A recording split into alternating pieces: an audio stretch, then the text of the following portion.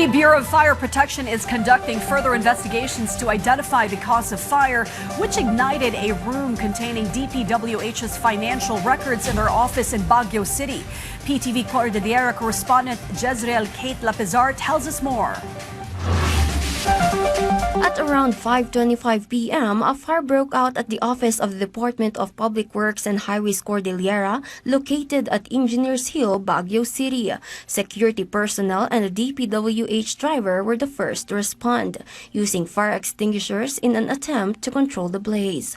Firefighters later arrived and the fire was completely extinguished at 5:43 p.m. The fire affected an estimated 1 square meter of the Financial Management Records Room.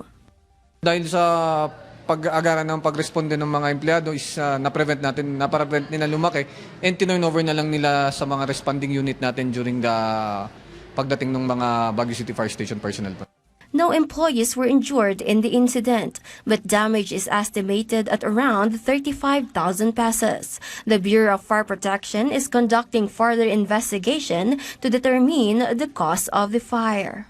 This is under investigation pa rin, no? So nagkuha pa rin tayo ng mga needed na evidence and materials na nakuha natin doon, and i-hand carry po natin papunta sa National Headquarters for laboratory examination. The PTV News team attempted to get a statement from DPWH officials, but they declined to comment. It remains unclear which documents were affected by the fire.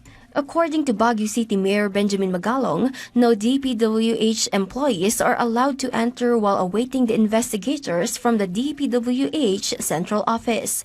Police officers are also stationed in the area to ensure that no unauthorized individuals can access the fire scene. Jezreel Kate Lapizar for a National TV Network for a new and better Philippines.